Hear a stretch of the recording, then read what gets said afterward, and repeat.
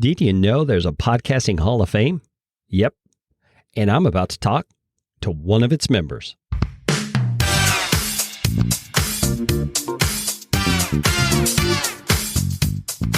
My name is Kerry Green, and I am the client happiness guy at podcastfasttrack.com, and this is Podcastification. Podcastification is all about you, teaching you how to podcast, how to put into practice the best practices that I and my team have learned in working with hundreds of clients. You are going to podcast better from listening to this show. If you like what you hear on Podcastification, please just hit the pause button, swipe to the sharing function on your app, and share this episode with somebody you know will benefit. And if you'd like to get in on more Podcastification goodness, you can do it by subscribing to our Podcast Optimizer email series, and I promise you, you won't get lots of junk. You'll just get one actionable email a week. Go to podcastfasttrack.com/optimizer. That is enough of that kind of stuff. Let's get you podcastificated right away. Welcome back to Podcastification. You know, Dave Jackson is the guy behind School of Podcasting. If you have not listened to the podcast School of Podcasting, what are you doing? You're a podcaster. You need to be listening to everything Dave has to share. Dave has a great podcast, but he's also been at podcasting since 2005. And he's been the host of, I think, over a dozen different podcasts during the last decade. Dave is an inductee into the Podcasting Hall of Fame, and for good reason. He has really been a pioneer in this area of podcasting, and he teaches about podcasting in a way that just, I don't know, it's easy to listen to. It's easy to learn from because he's a teacher at heart. Now, in today's episode, I asked Dave to speak with us about this issue of monetization. It's one of the questions I get the most, and I know Dave gets the most as a podcast coach himself. How can I monetize my show? What can I do? And Dave has just come out with a book that has to do with podcast monetization. You're going to hear more about that on the episode. But Dave's book is full of actual case studies, things that people have done to monetize their shows that actually worked. They're not all going to fit your scenario, but some of them might. And you might get ideas from some of the things he shares that you can tweak to fit your audience and your niche and your style. So stick around. Dave and I have a great conversation ahead as we talk about podcast monetization.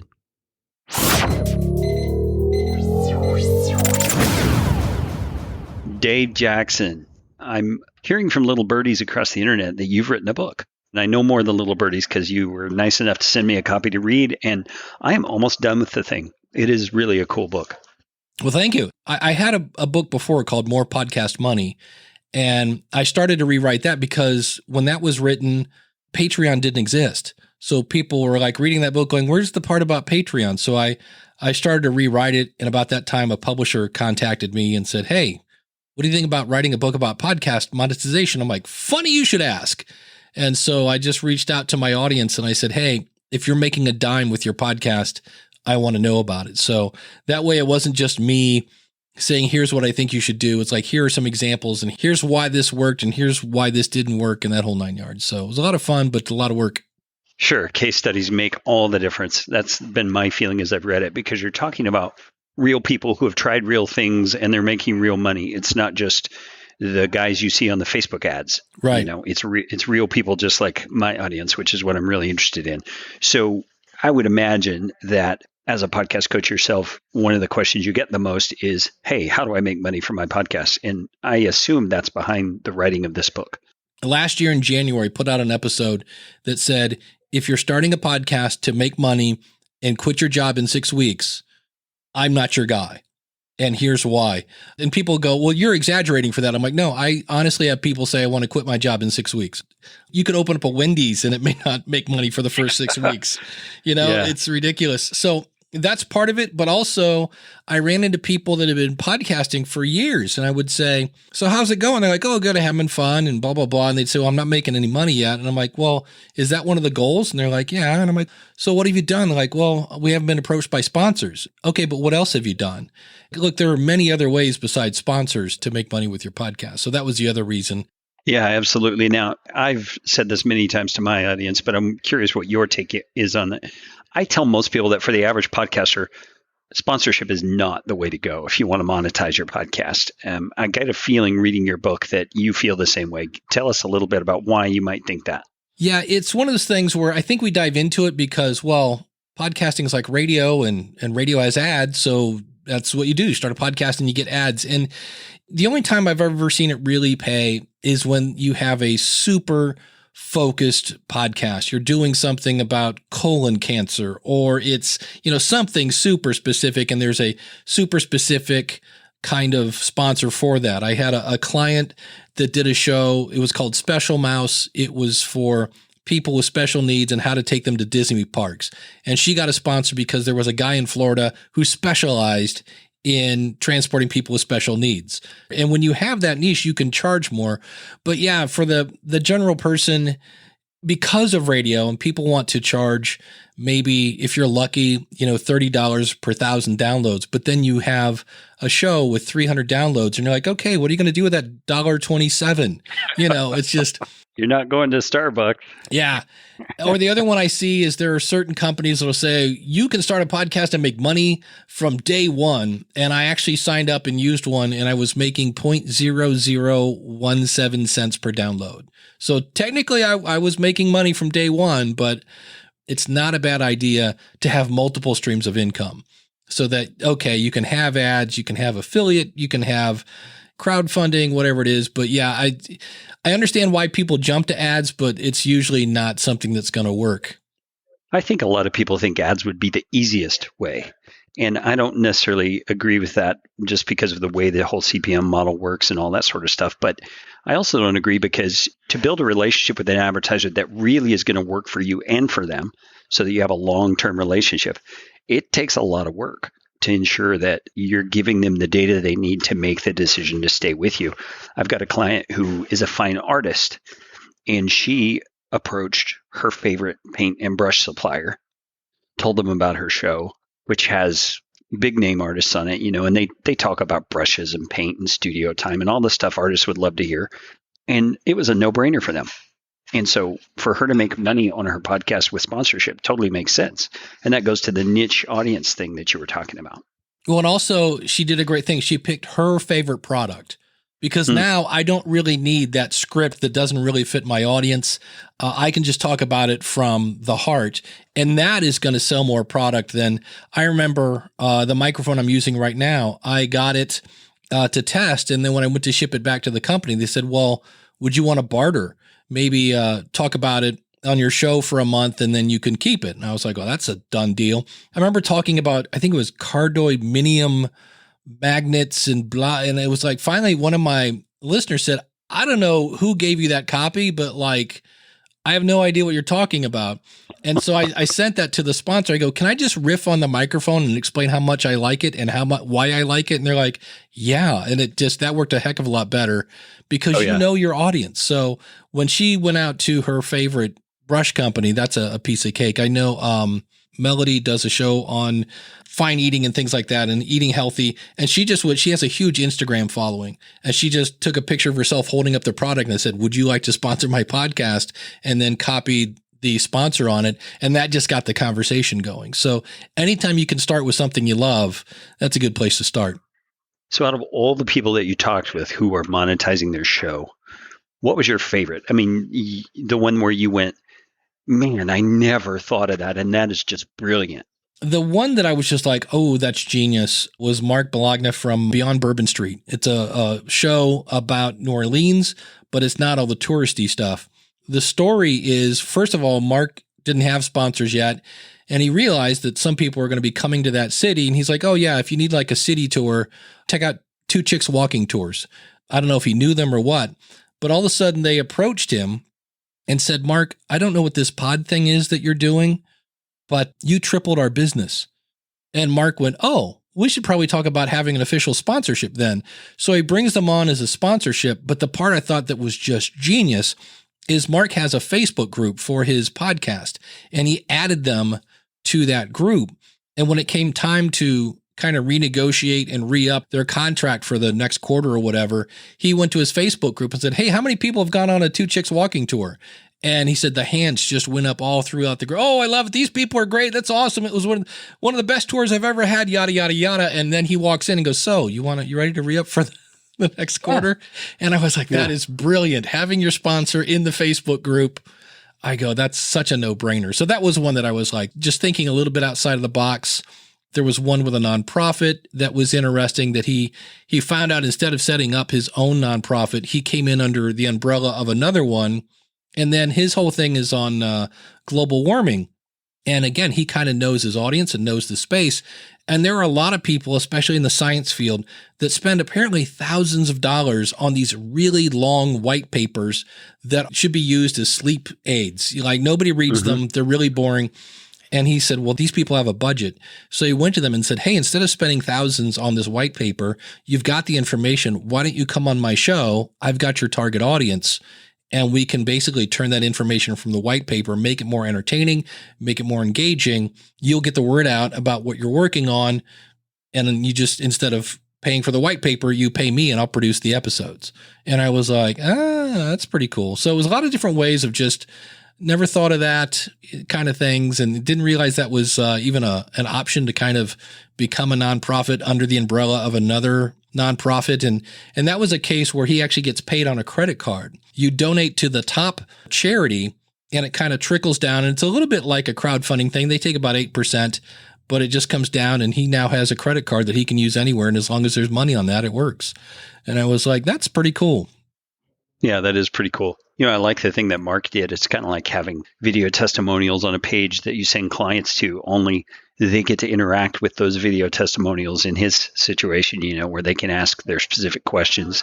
Man, I can't think of a better way to convince a sponsor to stay with you. That's for sure. Not only that, but think about it. The sponsor is getting, to a certain extent, market research because they can see why their customers like, why did you guys like it so much? Oh, well, you did this and this. So they know what to do more of and what hot buttons to push on potential customers. So I thought that was another great thing. It's a win-win. And that's kind of what I talk about with sponsors. You want to have a product that fits your audience. Obviously, you want to get paid. That's a win for you. And then a win for the sponsor because they're getting new customers. So when you can kind of design that where the audience and you and the sponsor win, hopefully that just keeps on going and going and going.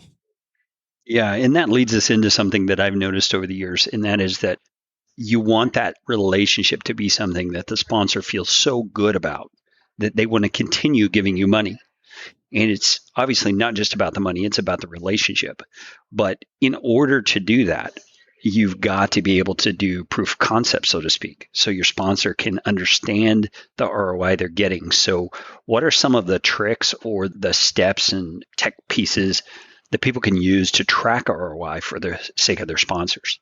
Well, there are a couple of things. Some sponsors will set up a page on their website. So it's, sponsor.com/carry. And then they can see how much traffic, you drove to their website or vice versa. Maybe you set up something on your website. If you're using WordPress, there's a great plugin called PrettyLink that you can set up that will actually track how many people have come. There's Bitly, there's Rebrandly. I kind of like PrettyLink because it reinforces your brand. So there's that. There are coupon codes that you can use to track things of that nature. So those are all those things that you can kind of do. But it is something that you definitely want to set up because when it comes time to renew, it's nice when you can say, hey, I drove X amount of traffic to your site. This many sales resulted and things like that. So anything you can do to kind of help identify that those sales came from you is definitely a bonus. Yeah, I think the PrettyLink or the Bitly thing along with their website analytics would be a great combination because you could show how many clicks came through and then they can show how many actual conversions happened based on those clicks. So they can get a pretty close percentage of what it is that you're driving their way in terms of profitability. Yeah, and it's one of those things where the conversion should be higher because it's not a cold lead. This isn't somebody who's reading the ad in a magazine. They kind of know you, like you, and trust you. And coincidentally, when you say, oh, I use these people, and that's one of the things I also found out, everybody I talked to that had any kind of sponsorship, they all insisted that they have to use the product first. Glenn the Geek is a guy that has an entire network all about horses. And he explains that people will send him a product, and if he doesn't like it, he won't promote it on his show. He says, because those people, again, trust you. And he said, if I sell a product and it goes out to one of my listeners and they use it and they go, wow, this is horrible. And then they hear me talk about another product. He goes, I've lost my trust with my audience. And so he said, it's interesting. He goes, because I've had people that have offered me a lot of money to promote their product. And it's like, it's just not a good fit. And it's not a good fit because I don't like your product. But in the end, that's long-term thinking.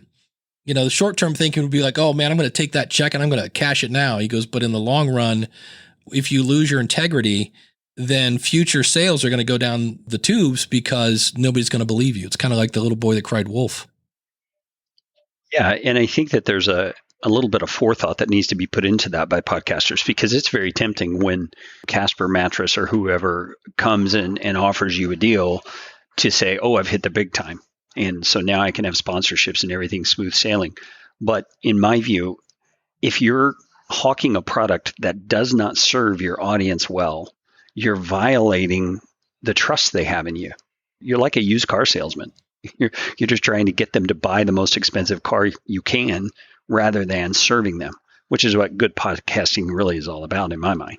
I was in an awkward situation. I had a friend of mine that had developed this product that would alert you if your website went down. And he wanted to advertise on my School of Podcasting show. I didn't even look at it. I said, I got to tell you, I don't think that's going to be a good fit for both of us. And he goes, well, why do you say that? He goes, all podcasters have websites. I go, yeah, but I've never had anybody in my audience in the years I've been doing this say, do you know of a service that would let me know if my website was down? For me, if it's not a heck yeah, it's I don't think so. And I said, you know, I hope this doesn't ruin our friendship, but I think you might be better on like a webmaster kind of podcast or something like that. Guys that are, their job is to, you know, watch and make sure everything is up. I go, it kind of fits podcasters because yes, they have websites. I go, but the fact that it kind of fits is the problem. It needs to fit 100% for me, at least, to be on my show. I kind of always joke that you're the goalie and your audience, if this was a soccer game, is the net behind you. And so whether it's a person that wants to do an interview that doesn't fit or a sponsor that doesn't fit, you're the person that's got to knock that away and make sure it never gets to your audience.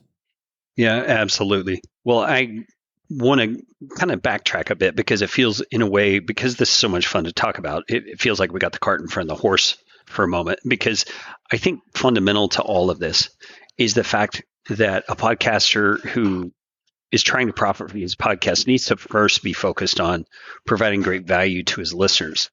Tell me what your thinking is about that. How does the value you provide lead into profiting from your podcast? When I hear somebody ask me, what's the best thing to talk about that'll make the most money the quickest? I'm like, just don't even start your podcast. That's like the worst question you can ask. Delivering value is a couple different things.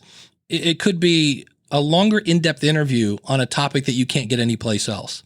Because if you think about it, if it's on a talk show these days, if it's Jimmy Fallon or whoever, or any kind of daytime talk, it's a 7-minute interview and half of it is just fluffy and let's roll the clip. People will pay to be transformed. If you think about it, you pay a lot of money to go to college so that when you walk in, you knew this much, and when you walk out, you know this much. And in theory, you're now able to do the job. So people will pay to be transformed.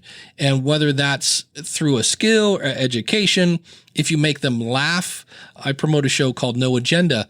And what they do is, it's Adam Curry, who's one of the guys that invented podcasting, and John C. Dvorak.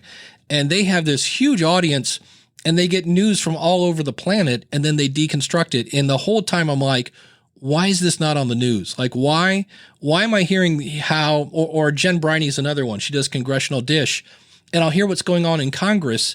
And I'm like, wait a minute, you mean our congressman just undid all this stuff that kind of held the banks in check?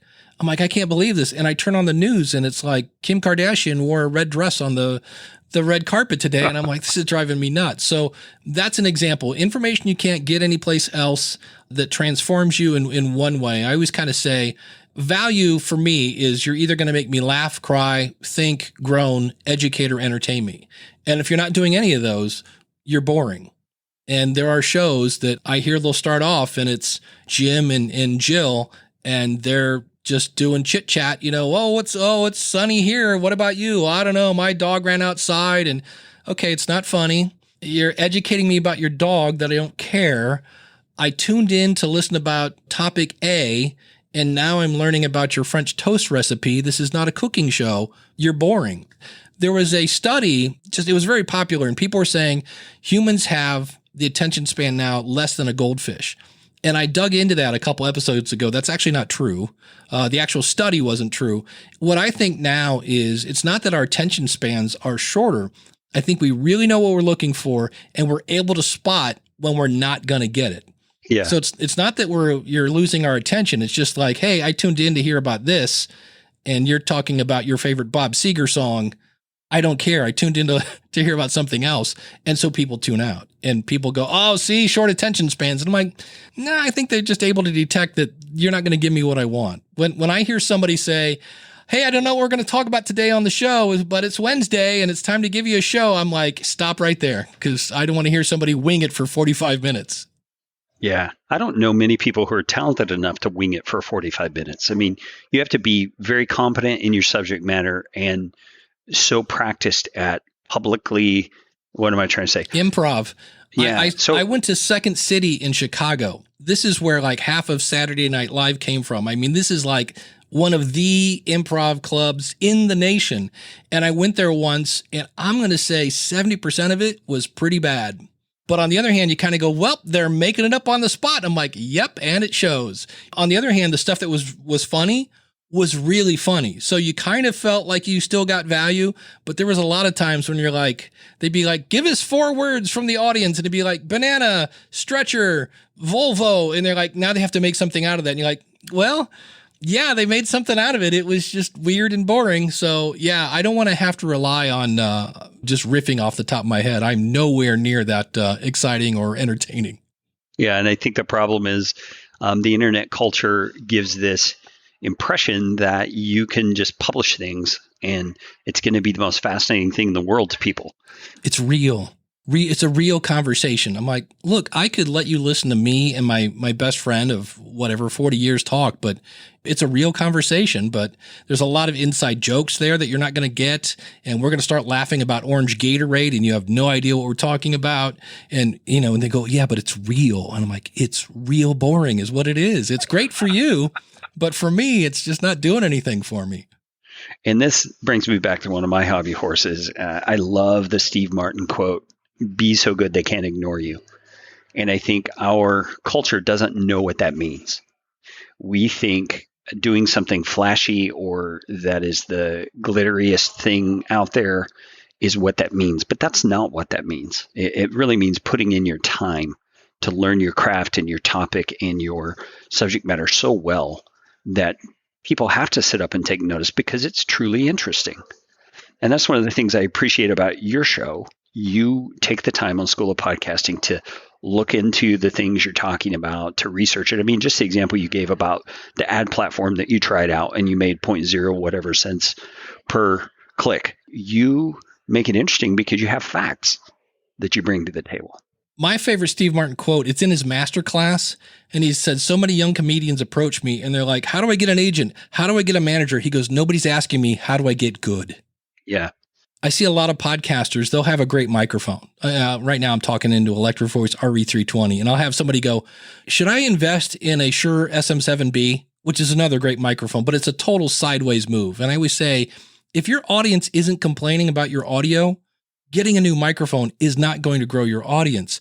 But it's one of those things that I think we do because it feels like I'm doing something, where the better thing would be to go find a way to interact with your audience and find out what they really want, find out what's working. But that also means you have to find out what's not working. And that's a hard pill to swallow, to go, ooh, I've been doing something that's just not that good.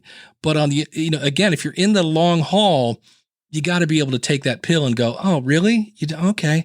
I remember once I had a jingle. I was borrowing something from Jim Rome, the radio guy. And I said, give me 3 episodes. If you don't like me by 3 episodes, I'm an acquired taste. And I found a a song that I could actually use legally. And the chorus was like 1, 2, 3. And so I had this in a loop. The guys would say 1, 2, 3, and I'd come on and be like, here's what I'm doing, and blah, blah, blah. And then 1, 2, 3 would come back on. And I played it twice. And I had so many people say, whatever you do not play that jingle again. That's the most annoying thing I've ever heard. So that's what you want to hear, because I don't want to do things that annoy my audience. But I think that sometimes, and I understand why. I always kind of joke and I'm like, podcasting is my art, man.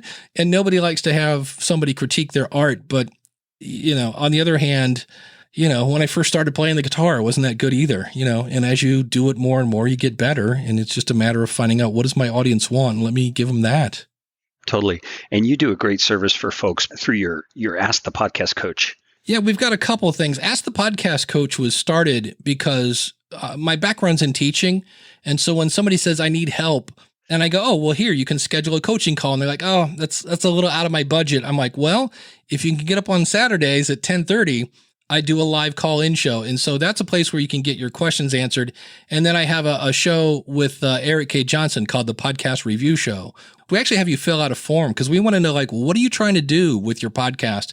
Because there are times when, I want to get more speaking gigs. And then we'll listen to your show and you go, I don't know if you noticed this, but you didn't mention that you are a speaker anywhere in your show. So your content is not in alignment with your goals. So that's a show where we go over, and we also go over your website and things like that. So that's the Podcast Review Show. And then I do a lot of shows that I'm testing something and then they don't go away. What was supposed to last a month has now been going on for 3 years. And I have one called the Podcast Rodeo Show, where I grab a random podcast and see how long I can hang on, because I'm amazed how many times the first 5 minutes of a podcast is just horrible. And I finally had one of my audience members explain what the show is. They said, this is Mystery Science Theater 3000 for podcasting, because I just play your show and just talk. I'm like, oh, this was really good. Okay, you're losing me. All right, I'm really bored, that kind of thing. So the only reason that show exists is I needed to test a new platform, but I had no time to do a new podcast. And so I was like, I need a show that has zero show prep. How do you do a show that has zero show prep? I'm like, I'll just riff off the top of that. So those are some things you can do if you're looking for some insight. Yeah, and that is genius, by the way. I love the Podcast Rodeo Show. That's so fun. How many podcasts did you create and play around with before you hit one that you felt like was, this is the one? I can do something with this. My first one was for musicians. It was, now I changed the name of that show 3 times. It originally was the Musician Cyber Cooler, because again, this is 2005. And back then the internet was called cyberspace. Well, then unfortunately, cyber got linked a lot to the word sex. And I was like, all right, I got to get the word cyber out of here. So then it was just the Musician's Cooler, and it had a big picture of a water cooler where musicians come to trade advice. And people still didn't get the name of, they didn't understand what the podcast was about. They didn't get a podcast back in those days, but they really didn't understand the name. And I eventually changed the name to the Marketing Musician Podcast. And people went, oh, that's what you're trying to do. Besides being a teacher, one of my backgrounds was customer service. And I thought I'll start a show called the Customer Service Show. And I'll talk about examples of great and poor customer service. And I think I did 6 episodes of that. And I just sounded like a grumpy old man. I was like, I went into the store today, and it's like, who's going to listen to that? And I also realized that even though customer service was part of my job, it wasn't something that I was passionate about. It went out, and after about 5 episodes, I was like, yeah, enough of that. My now ex-wife and I started a podcast on a dare because we were at a kitchen table and we were swapping horrible date stories of people before we got married. And her one friend said, this is a great podcast. You should start a show. And we did, but we both had about 2 or 3 stories. So we ran out of content. And then we went to our audience, which we didn't have because it was a new show, and said, share your horrible dating stories. Well, the number one fear among humans is talking in public. And then throw on top of that, oh, please humiliate yourself by explaining how it was a horrible date. So we didn't get any feedback. And that show died a quick and painful death because we just didn't have any content. But that's where I learned that if you're going to do a show that requires a lot of audience participation, you better have an audience for that to work. It's one of those things where you can say, oh, that show was a failure. And I'm like, no, there were plenty of lessons learned from all of those. So, yeah, if you're going to do audience participation, it's important to have an audience. Yeah. I agree with that. I tried that on a podcast too. Give me your questions. Give me your crickets. You got to have an audience for sure. Well, David, I appreciate your time coming on to tell us about your book. I'm assuming School of Podcasting, they can find everything Dave Jackson. That thing's all Dave Jackson. And if you're looking for the book specifically, you can go to profitfromyourpodcast.com. Imagine that. I like those domain things. They make things easy. Well, Dave, totally appreciate what you've done for podcasting. You are in the Hall of Fame for a reason. And I just want to wish you the best on this book. Thank you, sir. I deeply appreciate it. Appreciate your time and appreciate you sharing that with your audience. I really do. Thank you so much. You bet. Hello? Wow, friends, that's just a taste of what is in Dave's book. He sent me a copy to review before we had this conversation. I'm telling you, this is a I can't put it down kind of book. I mean, because it's just so well written in the sense of it's engaging and fun, but it also has got so many illustrations and so many stories of the successes that people have had and the mistakes they've made. So if you're at all interested in monetizing your podcast, this is a book you should pick up yesterday. Dave, thanks so much for your time on Podcastification. And for you, the listener, that's all the time we got for today. Go out and make it a podcastificating day. This show is brought to you by Podcast Fast Track, where my team provides professional podcasting services without the time suck. Full production, editing, and show notes all in one monthly subscription package. You can find out more at podcastfasttrack.com. Now go out and make it a podcastificating day.